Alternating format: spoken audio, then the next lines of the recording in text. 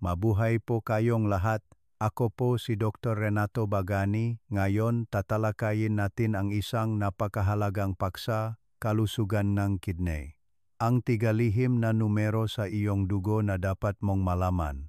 Nais kong magtanong, kung ikaw ay malakas, nakakapamili sa palengke, at masarap ang kain mo, ngunit pagkatapos uminom ng isang malamig na baso ng buko juice o kumain ng maalat na ulam, biglang bumibilis ang tibok ng puso mo, nangangato ang iyong katawan, at namumula ang iyong mukha. Naisip mo ba na ang sanhi ay maring matakpuan sa tatlong maliliit na numero sa iyong blood test result? Tila isang kakaibang kwento.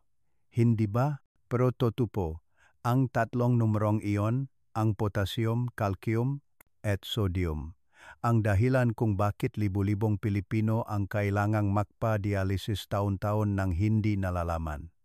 Subukan ninyong tingnan, mahilig ba kayong kumain ng maalat? Palagi ba kayong umiinom ng buko juice, gulaman, o fruit juices araw-araw?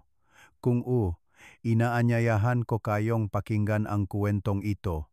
Isang kwento na sinabi mismo ng doktor na buti na lang at naagapan pa. Ikinuwento ko sa inyo ang nangyari kay Mang Tonyo sa Cebu. Si Mang Tonyo ay 63 taong gulang, malakas at masayahin. Tuwing umaga, dinidiligan niya ang kanyang hardin, umiinom ngang buko juice para sa sariwang atay at kumakain ngang kanin na may inihaw na isda at sasawang toyo na may sili. Mayabang pa siyang sinabi, "Hindi ako umiinom, hindi ako naninigarilyo, malusog ang pamumuhay ko." Ngunit isang umaga, nakaramdam siyang panghihina, mabilis na tibok ng puso at panlalabo ng paningin. Akala niya kulang lang sa tulog. Hindi nagtagal, pakalipas ngang ilang oras, siya ay biglang nawalan ng malay sa labas ng kanyang bahay. Nang dalhin siya sa ospital, sinabi ni Dr. Renato Bagani, "Mang Tonyo, ang potassium sa dugo ninyo ay mas mataas ng 1.5 beses sa normal na antas. Sobra na ang trabaho ng inyong kidney." Nang marinig ko iyon, kinilabutan ako. Mula sa isang taong akala mo ay malakas, si Mang Tonyo ay munti nang mawalan ng buhay dahil lang sa pag-inom ng buko juice at pagkain ng maalat araw-araw. At ang ganyang pangyayari ay hindi bihira. Daan-daang Pilipino ang tahimik na pinababayaan ang tatlong killer na ito na sirain ang kanilang kidney araw-araw nang hindi nalalaman. Ang tatlong pangalan ay tila inosente. Potassium, calcium, sodium, lahat ay mahahalagang mineral na kailangan ng ating katawan. Ngunit kung sobra ang kailangan, ang kidney ang naghihirap, at ang kidney ay hindi gawa sa bakal. Unti-unti itong humihina, nasisira ng walang anumang ingay. Hanggang isang araw, nagbigay itong red signal. Ang ating kidney ay parang isang pinongsalaan, araw at gabi itong nagpapanatili ng balanseng tubig, asin at mineral sa katawan. Ang potassium, calcium at sodium ang tatlong gatekeepers ng sistemang iyon. Kung ang isa ay makamali, guguho ang buong sistema. Kapag tumataas ang potassium, bumibilis ang tibok ng puso at maaring huminto anumang oras. Kapag mataas ang calcium, nagiging bato ito, nagiging sanhi ng kidney stones at bumabara sa mga filtering tubes. Kapag marami ang sodium, ibig sabihin ay maalat ang kinakain, tumataas ang presyon ng dugo at nasisira ang filtering membranes sa kidney na nagiging sanhi ng paglabas ng albumin at toxins. At ang pinakamapanganib ay ang lahat ng ito ay nangyayari ng tahimik, walang sakit, walang lagnat, walang kirot. Alam ninyo po ba? Sinabi ni Dr. Renato Bagani na kung si Mang Tonyo ay nahuli ng ilang oras sa pagpunta sa ospital, kung tumaas pa ng kaunti ang potassium, hihinto na ang kanyang puso. Ang kwentong iyon ay tila bihira, ngunit madalas itong nangyayari sa ospital. May mga tao na dahil lang sa pag-inom ng buko juice araw-araw para magpalamig ay tumaas ang potassium sa dugo hanggang sa punto na nagkaroon ng arrhythmia ang kanilang puso?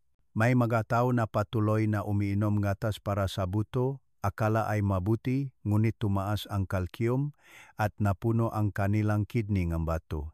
May mga tao na kumakain ng maalat, pinatuyong isda, toyo, na nagiging sanhi ng paglampas ng sodium sa normal na antas, tumataas ang presyon ng dugo at hindi na makayanan ng kidney. At ang pinakanais kong tandaan ninyo ay ang lahat nga ito ay hindi nagbibigay nga sakit. Nakaalakad pa rin tayo, nakakatawa, nakakatulog at nakakapagtrabaho ng normal. Pagkatapos, isang araw, nagpa-check up tayo, hawak ang blood test result. At nakikita ang tatlong nagniningning na pulang numero ng potassium, calcium, at sodium nang hindi naiintindihan ang kahulugan nito. Kapag sinabi ng doktor na mahina na ang iyong kidney, doon lang tayo nagpapanik. Totoo, ang pinakamapanganib ay hindi ang sakit kundi ang pagiging pabaya. Ang tatlong mineral na ito ay nasa ating pang-araw-araw na pagkain. Asin, buko juice, gatas, prutas, fruit juices, ngunit kakaunti ang nakakaalam kung paano ito kontrolin. Mahal natin ang ating katawan ngunit hindi sinasadyang sinisira ito. Kaya, ang video na ito ay ginawa ko hindi para takutin kayo kundi para maintindihan ninyo, para maiwasan natin ang pagkakamaling binayaran ng maraming tao. Dahil kung alam natin ng maaga at nagbago tayo ng maaga, maaring gumaling pa ang ating kidney. Alam ninyo po ba, ang ating kidney ay parang isang napakatalinong water filtration system. Araw-araw, sinasala nito ang mahigit 180 litrong dugo, pinapanatili ang kailangan ng katawan at itinapon ang hindi kailangan. Ngunit para magawa iyon, kailangan nitong tatlong espesyal na empleyado: potassium, calcium at sodium para mapanatili ang balanse. Kung ang isa sa tatlong ito ay magkamali, magugulo agad ang buong sistema. Ibibigay ko ang isang halimbawa para madaling maintindihan. Ang sodium ay asin. Kung masyado kayong kumain ng maalat, maraming sodium ang pumapasok. Kailangang panatilihin ng katawan ang tubig para malapnaw ang asin. Ang tubig ay pinapanatili, tumataas ang dami ng dugo, tumataas ang presyon ng dugo. Ang matagal na mataas na presyon ng dugo ay sumisira sa filtering membranes ng kidney. At kapag mahina na ang kidney, hindi na nito mailabas ang sodium. Ang tubig ay lalong naipon, nagkakaroon ng edema, mabigat ang mga paa, namumukto ang mukha. Ang masamang cycle na iyon ay patuloy na umiikot hanggang sa hindi na makayanan ng kidney.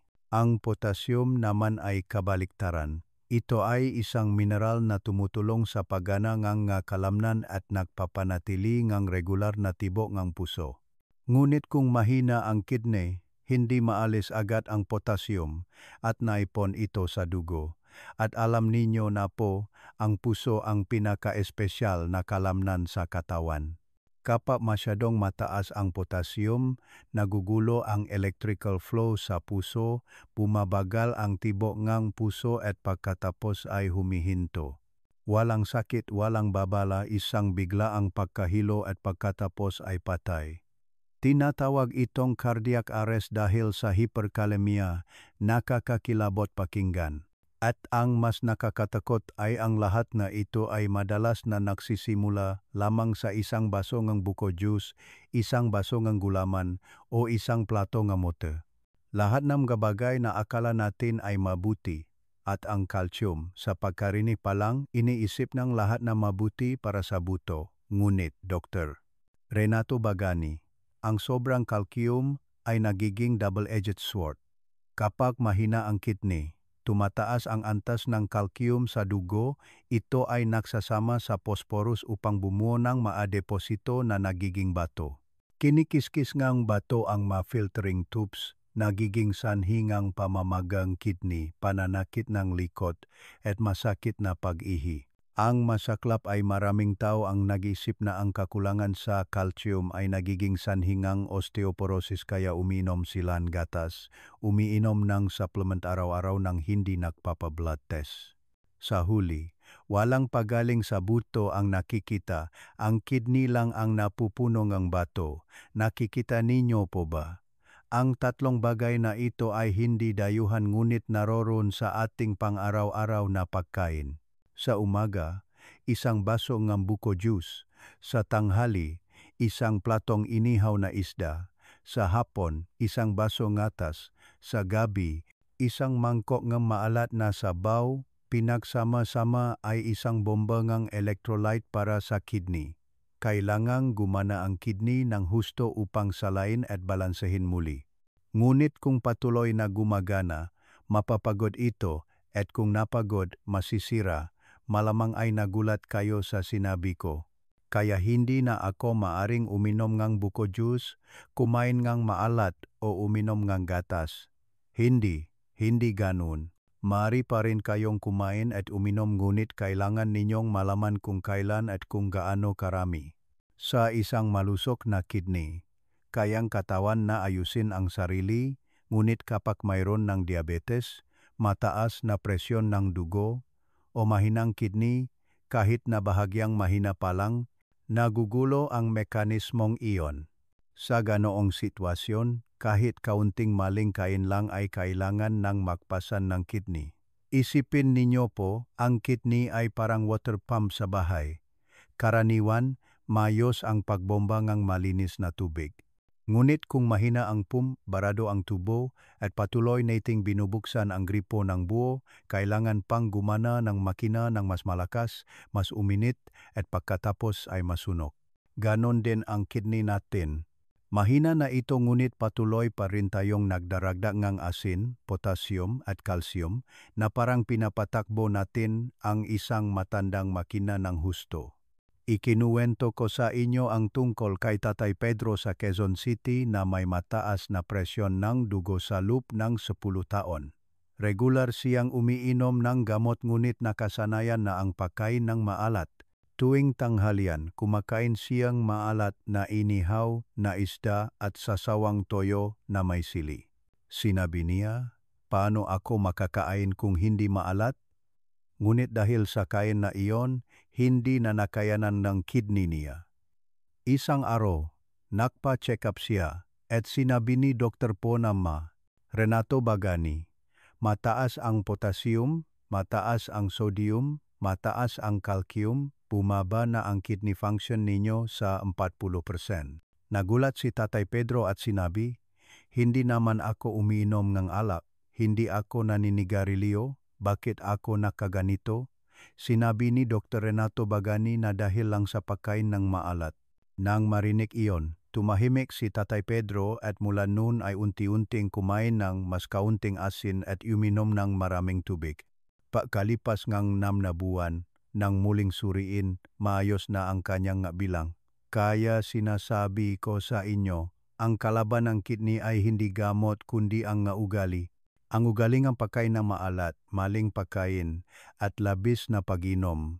Ang kidney ay napakausay sa pagtitiis, ngunit kapag hindi na nito makayanan, doon lang natin maririnig ang sigaw nito. Ngunit kapag narinig na natin, madalas ay huli na. May nagtanong sa akin, bakit sinasabi ng doktor na dapat regular na suriin ang tatlong potassium, calcium, sodium? Ito ay dahil ang tatlong numerong ito ay nagpapahiwatig ng problema sa kidney ng mas maaga kaysa sa creatinine o EGFR.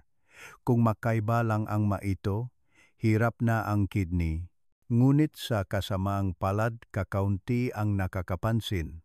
Kapag nagpapa-check up kayo, tinitingnan lang ninyo ang asukal, cholesterol at atay, ngunit ang tatlong numerong iyon ay nasa isang maliit na sulok ng papel, kakaunti ang bumabasa.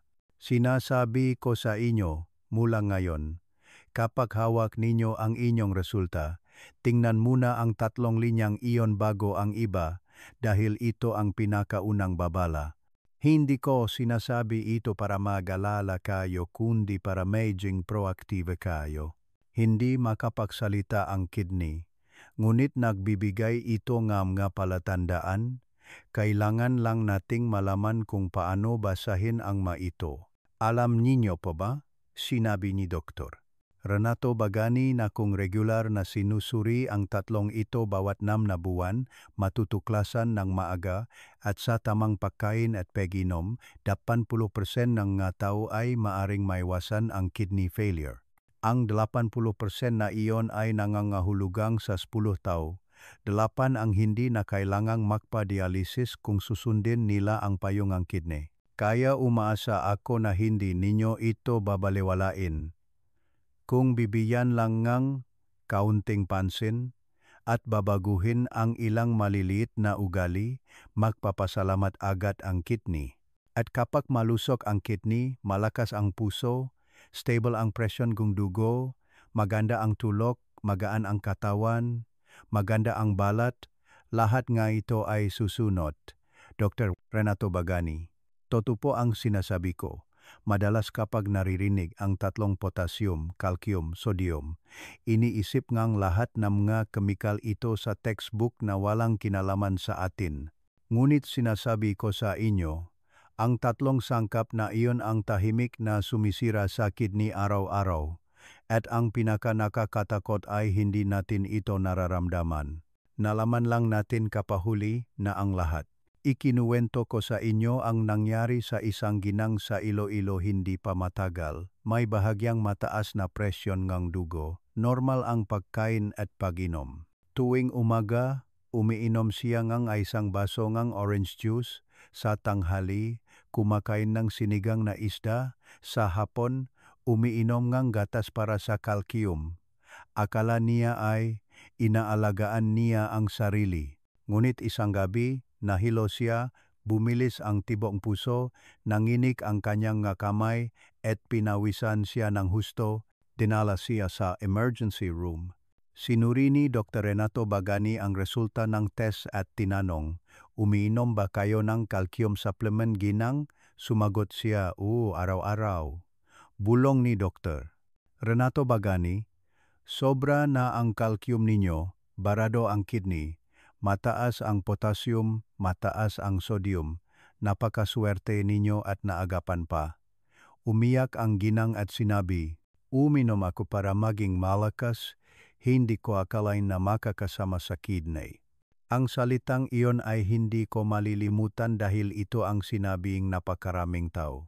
Iniisip ngang lahat na tama ang ginagawa nila, kumain ngang malinis, uminom ngang supplement para sa buto. Ngunit hindi nila alam na hindi makayanan ngang kidney ang tama na iyon. Alam ninyo po ba? Sa ating katawan, ang tatlong sangkap na iyon ay hindi nananatiling static. Ang ito ay gumagalaw bawat minuto. Bawat patak ng dugo na dumadaan sa kidney ay isang security check. Pananatilihin ng kidney ang kailangan at itutulak ang sobra. Ngunit kapag mahina ang kidney, sira ang control gate na iyon at nagugulo ang lahat. Sa ganoong sitwasyon, nagsisimulang tumaas ang potassium, bumibilis ang tibok ng puso, sumisikip ang dibdib, tumataas ang sodium, tumatalon ang presyon ng dugo, namumukto ang mukha, namamaga ang paa, tumataas ang calcium, nagiging bato, sumasakit ang likod, nagiging bato. At ang pinakamasakit ay hindi agad sumasakit. Makinig kayong mabuti, kung masakit, alam pa natin, ngunit ang walang sakit ang mapanganib. Ang taong may sobrang potassium ay madalas nakakaramdam lang ng pagod, antok, panghihinang kalamnan, kakaibang tibok ng puso, na akalang lahat ay dahil lang sa panahon. Ang taong may sobrang sodium ay medyo namamaga, medyo nauhaw, mabigat ang ulo na akala ay dahil sa katandaan. Ang taong may sobrang calcium ay madalas na umihi, sumasakit ang likod, na akala ay dahil sa gulugot.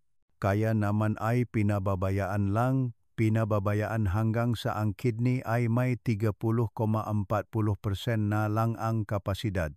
Isipin ninyo, kung ang kidney ay isang washing machine, ito ay ang panahon kung kailan mahina ang water pump, barado ang hose, ngunit patuloy pa rin tayong naglalagay ng labada. Hindi sumisigaw ang makina ngunit unti-unti itong nasusunog.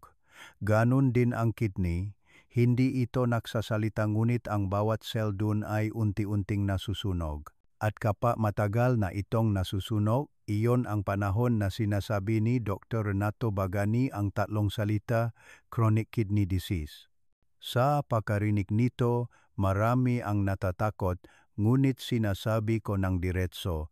Ang mas nakakatakot ay ang karamihan sa mga taong may kidney failure ay nakakita ng mapaglihis sa tatlong numerong ito sa kanilang blood test result ngunit binalawala nila.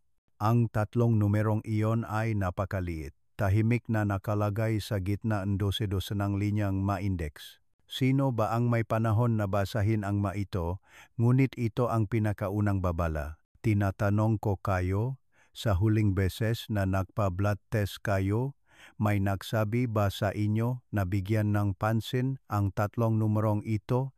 Halos wala, dahil ang pinag-uusapan lang ay asukal, cholesterol, atay, ngunit kakaunti ang nagsasabi tungkol sa potassium, calcium, sodium.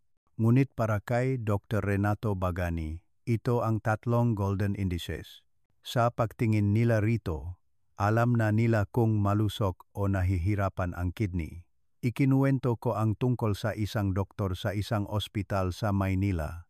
Sinabi niya, ang pinaka-kinatatakutan ko ay ang mga pasyente na mali ang pagkaunawa sa salitang good for health. Dahil maraming tao ang nag-isip na ang buko juice, gatas, fruit juice ay natural at malusog kaya mas maraming iniinom, mas mabuti.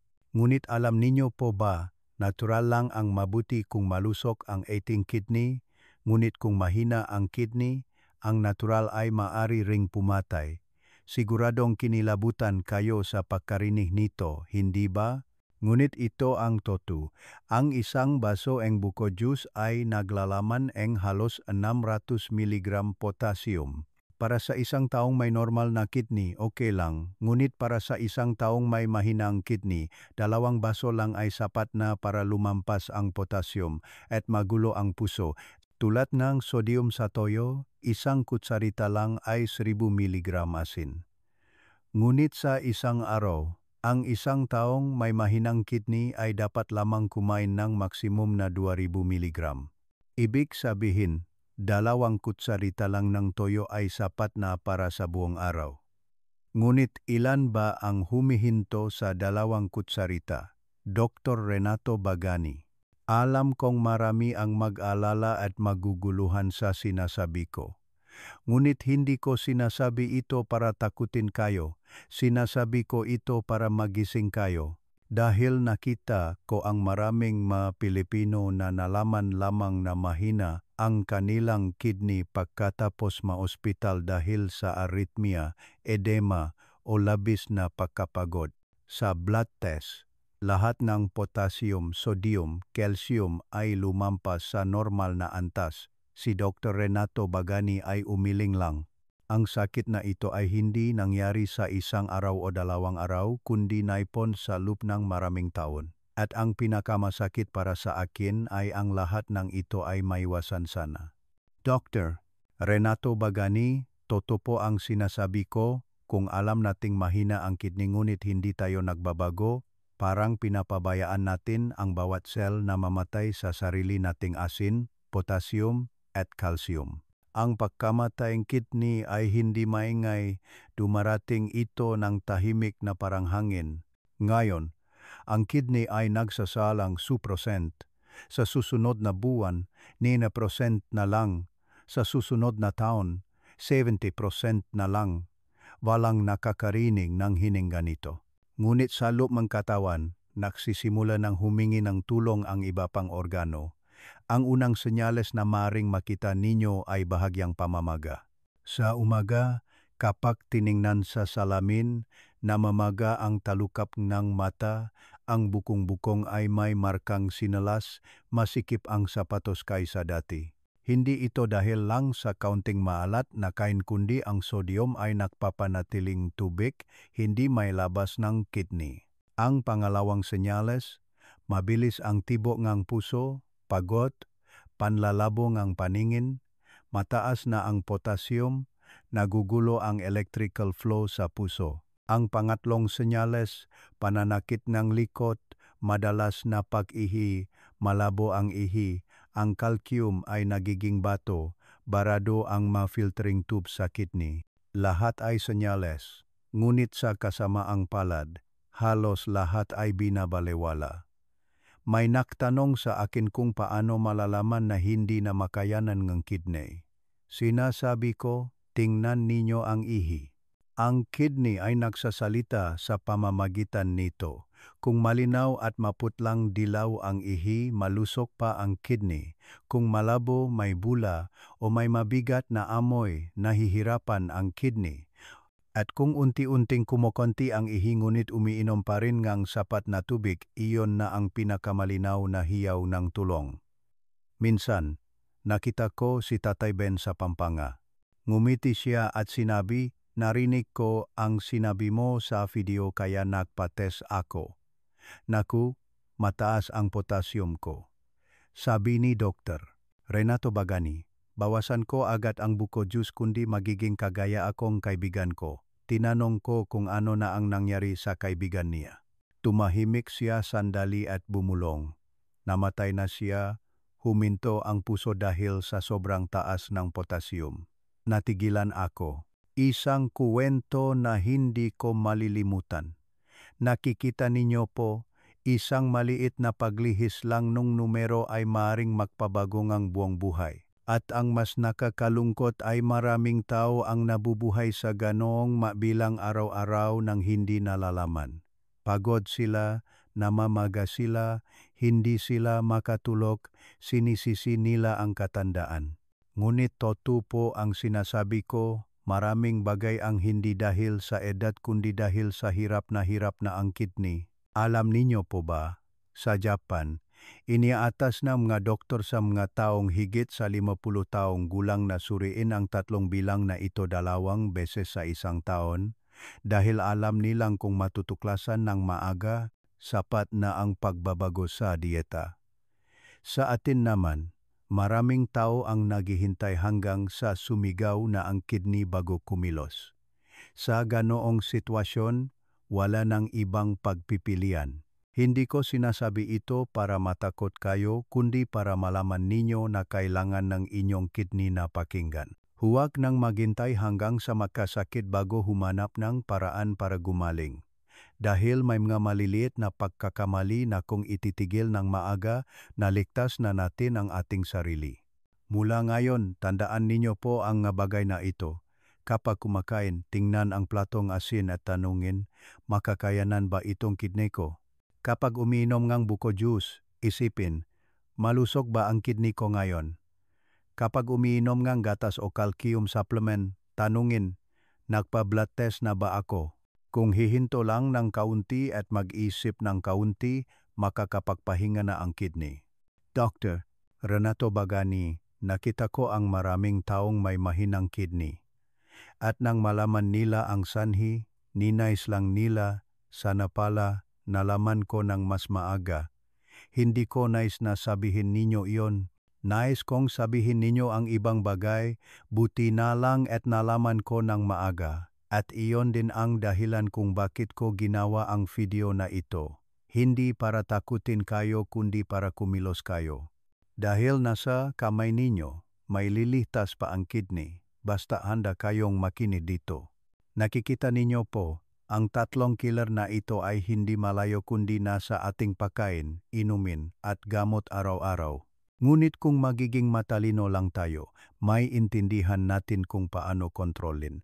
Ang ating kidney ay mananatiling malakas, ang puso ay regular na titibok, ang katawan ay mananatiling masaya at mahaba ang buhay. Sa susunod na bahagi, tuturuan ko kayo kung paano basahin ang 3 index na ito, malaman kung kailan mapanganib, kailan normal, at kung paano mapanatiling stable ang ito para hindi na ma-overload ang kidney. Ito ang bahagi na kakaunti ang napapaliwanag ng malinaw ngunit ito ang susi sa tunay na mahabang buhay. Alam ninyo po ba, Nakikita ko ang napakaraming tao na hawa ang kanilang blood test result ngunit hindi naiintindihan ang manumero doon. Nakikita nila ang kakaibang maletra, kakaibang simbolo at pagkatapos ay tinutupi ito at ngumingiti, malamang ay normal lang. Ngunit ang papel na iyon ang nagsasabing buong kalusugan ng ating kidney. At ang tatlong pinakaimportanteng numero na nakatago sa isang maliit na sulok, potassium, calcium, at sodium. Ang numerong maaring magpasya kung tayo ay mabubuhay ng malusog o kailangang magpa-dialysis habang buhay. Ngayon, dahan-dahan kong ipapaliwanag para madali ninyong maintindihan. Sa blood test result, hanapin ninyo ang linya na may na o sodium. Ito ay sodium. Karaniwan, ang sodium sa dugo ay nasa 135 hanggang 145 milyol. Kung lalampas sa 145, nangangahulugang sobra na ang asin sa katawan. Sa ganong sitwasyon, kailangan ng kidney na panatilihin ang tubig para malabnaw. Tumataas ang presyon ng dugo, namumukto ang mukha, mabigat ang mga paa. Kung mas mababa naman sa 135, magiging pagod, magkakaroon ng muscle cramps at mahihilo. Nakikita ninyo po ba? Ilang maliit na numero lang ang nakaiba ngunit balitat na agad ang katawan. Susunod ay ang linya na may ka-o-potassium. Iyan ay potassium. Karaniwan, ito ay nasa 3,5 hanggang 5 milimol. Kung lalampas sa 5, nagsisimula ng makaroon ng problema ang puso, bumabagal o nagugulo ang tibok. Mayroong nakakaramdam ng paninikip ng dibdib, palpitations, ngunit karamihan ay walang nararamdaman hanggang sa huli na ang lahat. Sa kabaliktaran, kung mababa ang potassium, humihina ang katawan, nagkakaroon ng muscle cramps, pagod ang kalamnan, antok. Kaya, dapat sapat lang ang potassium, hindi sobra o kulang. At ang linya na may tsa, iyan ay calcium. Karaniwan, ito ay nasa 8,5 hanggang 10,2 mg DL. Kapag mataas ang calcium, nagiging bato ito, nagiging sanhi ng kidney stones, at bumabara sa mga filtering tubes. Kapag marami ang sodium, ibig sabihin ay maalat ang kinakain, tumataas ang presyon ng dugo, at nasisira ang filtering membranes sa kidney na nagiging sanhi ng paglabas ng albumin at toxins. At ang pinakamapanganib ay ang lahat ng ito ay nangyayari ng tahimik, walang sakit, walang lagnat, walang kirot. Alam ninyo po ba, sinabi ni doktor, kaunting sobra lang. Ang calcium ay kakapit sa mga filtering tubes ang kidney. Magiging bato, magiging sanhi ang kidney stones. Unti-unting hihina ang kidney. Malabo ang ihi. Sumasakit ang likod, masakit ang pag-ihi. Kung kulang naman, mahina ang buto, magkakaroon ng muscle spasms. Kaya, ang pagdagdag calcium ay hindi nangangahulugang mas maraming inumin, mas mabuti. Kailangan magpa-blood test. Tingnan kung sapat na babago uminom. Malamang ay iniisip ninyo, naku, ang hirap tandaan. Hindi kailangan alisin ang asin ng tuluyan, kailangan lang unti-unting bawasan. Sa halip na mag-adobo ng maalat, mag-adobo ng tama lang at lagyan ng kalamansi, bawang, paminta, luya para mabango, para sa toyo, gumamit ng low sodium o labnawin. Sa mga nakasanayan ang matapang na lasa, mahirap sa simula. Ngunit pakalipas ng 1 hanggang 2 linggo, masasanay na ang dila. Pagkatapos nito, gagaan ang katawan, bababa ang presyon ng dugo, at gagaan ang trabaho ng kidney. Pangalawa, uminom ng tubig ng tama, uminom ng regular, huwag hintaying uhawin, mga 1.5 hanggang 2 litro araw-araw. Hatiin sa umaga, tanghali at hapon. Kung pinayuhan ng doktor na limitahan ang tubig, sundin ito. Kung hindi, patuloy lang sa pag-inom. Ang tubig ang pinaka-natural na panlinis ng kidney. Pangatlo, regular na magpa-check up. Bawat 6 na buwan magpa-blood at urine test. Hindi kailangan ng mahal na check-up package, basic lang ay sapat na para makita ang tatlong numerong iyon. Sa susunod na magpa-check up, tandaan ninyong sabihin kay Dr. Renato Bagani. Dr. Renato Bagani, maari ko po bang makita ang resulta ng potassium, calcium, sodium ko? Isang maliit na tanong na maring makapaglitas sa inyong kidney. Pang-apat, kumain ngang tamang uri ngang pagkain. Ang mataong may mahinang kidney ay dapat iwasan ang saging, dalandan, buko juice, kamote, at gulay na ginawang juice. Dahil mayaman ang maito sa potassium, pumili ngang mansanas, peras, pakwan, pipino, at nilagang gulay na walang alat. Kung malusog ang kidney, maari pa ring kumain ngunit huwag abusuhin. Panlima, huwag uminom ngang kung ano-anong supplement. Totoo po ang sinasabi ko, maraming Pilipino ang may sobrang calcium dahil lang sa pag-inom ngang supplement na hindi naman kailangan. Kapag sobra sa katawan, kailangan salain ng kidney at nasisira ulit ang filtering membrane. Kung kailangan, magpa-blood test muna. Kung sinabi ni Dr. Renato Bagani na kulang, saka lang magdagda. At panghuli, matulog ng sapat at bawasan ang stress dahil sa bawat pag-alala, ang katawan ay naglalabas ng hormones na nagpapaliit sa mga daluyan ng dugo.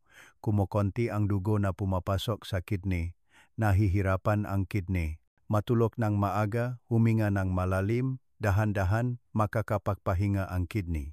Ikinuwento ko sa inyo ang maliit na kuwento na ito para maging masaya. Mayroong isang lolo sa Davao City. Araw-araw pagkatapos ng tanghalian, naglalakad siya sa paligid ng kanyang bahay sa loob ng 20 minuto. Umiinom ngang isang baso ngang maligamgam na tubig, binawasan ang asin, inalis ang ugali ngang pag-inom ngang buko juice. Pagkalipas ngang 6 na buwan, sinabi ni Dr. Renato Bagani, stable na ang potassium, calcium, sodium at mayos ang pagaling ng kidney. Ngumiti ang lolo at sinabi, "Hindi ako uminom ngamot, binago ko lang ang pamumuhay ko. Hindi ko may larawan ang aking saya nang marinig iyon. Nakikita ninyo po ba? Ang pagpapanatiling malusog ngang kidney ay hindi nangangailangan ng mahika. Kailangan lang nating maintindihan ito, igalang ito, at kusa itong gagaling. Ang tatlong numero ngang calcium, sodium ay hindi nakalaban kundi tatlong babala na makatulong sa atin na patakbuhin ang ating katawan ng ligtas." Dr. Renato Bagani, totoo po ang sinasabi ko. Nakakaramdam ba kayo minsan ngang pagod? Mabilis na tibok ngang puso, bahagyang pamamaga ngang paa, tuyong balat, sumasakit ang likod, at iniisip na marahil ay dahil lang sa sobrang trabaho at kulang sa tulog. Totoo po ang sinasabi ko, maaring ang kidney ang sumisigaw sa sarili nitong wika. Ang kaibahan lang ay hindi pa natin naiintindihan ang wika nito, hindi makasigaw ang kidney, kaya gumagamit ito ngang sarili nitong paraan. Binabago nito ang kulay ngang ihi, ang tibok ngang puso, ang presyon ng dugo, pati na ang kulay ngang ating balat. Kapag nagsimulang makaiba ang potassium, calcium at sodium sa katawan, patuloy na nagpapadala ng signal ang katawan. Ang ihi na may bula ay nangangahulugang pinapanatili ng kidney ang tubig, mataas ang sodium. Ang mabilis na tibok ng puso, palpitations ay nangangahulugang naipon ang potassium. Ang tuyong balat, muscle cramps, ay nangangahulugang hindi stable ang calcium, ngunit halos lahat ay binabalewala, inisip na maliit na bagay lang. Ikinuwento ko sa inyo ang tungkol sa isang lola na mahigit 60 sa Batangas. Araw-araw siyang umiinom ngang buko juice, kumakain ngang maalat, at madalas nakakaroon ng muscle cramps sa gabi. Namamaga ang kanyang paa pagkagising sa umaga. Akala niya ay dahil lang sa katandaan. Hanggang sa narinig niya ang video tungkol sa 3 killer ng kidney. Nagpa-check up siya at nakupo, mataas ang potassium, mataas ang sodium, sobra ang calcium at bumaba ang eGFR. Sinabi niya sa akin, kung hindi ko napanood ang clip na iyon, akala ko pa rin malusog ako. Ngayon, kumakain na siyang mas kaunting asin, umiinom ngang maraming tubig, binawasan ang matatamis at malinaw ang pagpapabuting kanyang resulta. Nakikita ninyo po ba? Kung bibigyan lang ng kaunting pansin, mababago na ang resulta. Huwag nang maghintay hanggang sa maging pagod bago magpa-check up. Sapat na ang isang beses na pagsusuri sa umaga. Ang isang blood test ay hindi umabot sa presyo ng isang pakain ngunit maaring may ligtas ang buong kidney. Sa bahay, ituturo ko sa inyo ang simpleng paraan para suriin ang kalusugan kidney araw-araw nang walang anumang makina. Pagkagising sa umaga, umihi at tingnan ang ihi kung malinaw. Kung malinaw at maputlang dilaw, mabuti. Kung malabo, may bula, may amoy, red signal iyan. Tumayo sa harap ng salamin, dahan-dahang pindutin ang bukong-bukong. Kung lumubog at matagal bago bumalik sa dati, namamaga iyan. Sukatin ang presyon ng dugo. Kung mas mataas kaysa normal ng walang malinaw na dahilan, ang sodium ay nagpapanatili ng tubig. Kung nakakaramdam ngang mabilis na tibok ngang puso, palpitations, pagod pagkatapos kumain ngang maraming prutas o uminom ngang buko juice, mataas na ang potassium. Kung sumasakit ang likod, masakit ang pag-ihi, baka nagiging bato na ang calcium. Ang lahat ng iyan ay hindi nangangailangan ng doktor, kailangan lang nating bigyan ng pansin. Alam ninyo po ba? Kung malusog ang kidney, magaan ang katawan, maganda ang tulog, kulay rosas ang balat. Kung mahina ang kidney, pagod ang katawan, hindi masarap kumain, mapait ang bibig pagkagising sa umaga. Ang pagkakaiba ay nasa kung paano tayo nabubuhay, at ang pinakamaganda ay maari tayong maging proactive. Simula bukas, subukan ninyong gawin ang mga bagay na ito.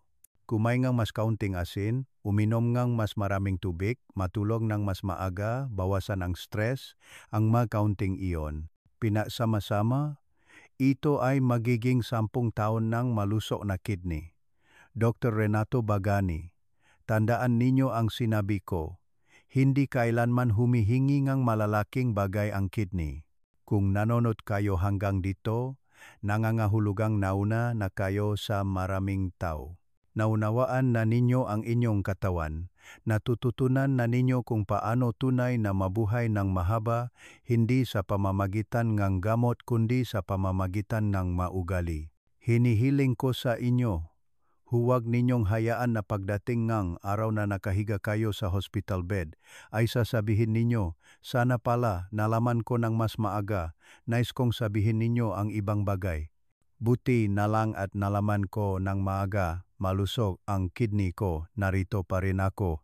Kung nakita ninyong kapakipakinabang ang video na ito, tandaan ninyong mag-subscribe sa channel na Malusog na Pamumuhay para bawat linggo ay may padala ko sa inyo ang maliliit ngunit mahalagang kaalaman. At kung mayroon kayong resulta ng test, mag-comment lang sa ibaba at babasahin ko. Ipapaliwanag at tutulungan kayo ng buong puso. Huwag din ninyong kalimutang ibahagi ang video na ito sa inyong nga mahal sa buhay, lalo na sa mga may diabetes, mataas na presyon ng dugo o umiinom ng calcium supplement araw-araw. Maaring isang simpleng pagbabahagi ninyo ay makapagliligtas ng isang mahinang kidney na hindi pa nalalaman. Dr. Renato Bagani, ang malusog na kidney ang pundasyon ng mahabang buhay. At ang mahabang buhay ay hindi nangangahulugang matagal na nabuhay kundi masaya. Magaan ang buhay, walang sakit. Nais kong bawat umaga pagkagising ninyo, maliwanag ang umaga, payapa ang puso, magaan ang katawan, at nagpapasalamat kayo sa inyong kidney.